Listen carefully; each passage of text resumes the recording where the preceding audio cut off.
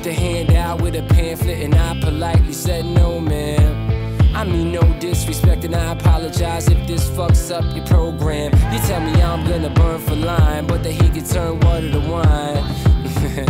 Well, if there's a hell below, then we're all gonna be just fine. So there I stood, 6 feet of sin, a walk-in contradiction. But am I wrong for posing questions, or am I just another lost soul searching? Then she gave me a look so unchristian and told me she prayed for my children. I said, since you're so holy, you probably outlive me, but if I bought a Jesus piece, you think he'd forgive me? Have to go ice fishing. Never done it before. Hopefully the ice doesn't warm up too much, but if it does, I got this big old float coat on, and I'll be all good. I'll bob right up to the top. Like, what? Dude.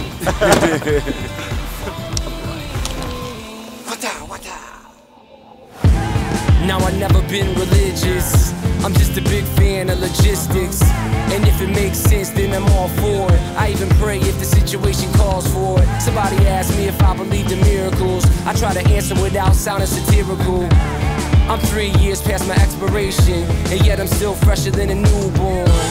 So I guess that's my explanation, but it's safe to say I've never seen a unicorn.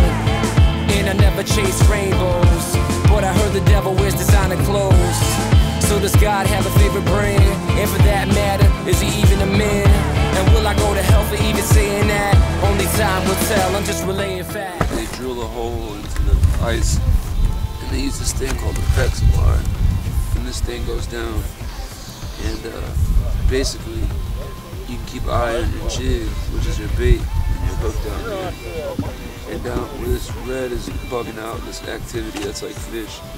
So basically, you want these two lines to, once these two lines meet, lock, that means you got a fish.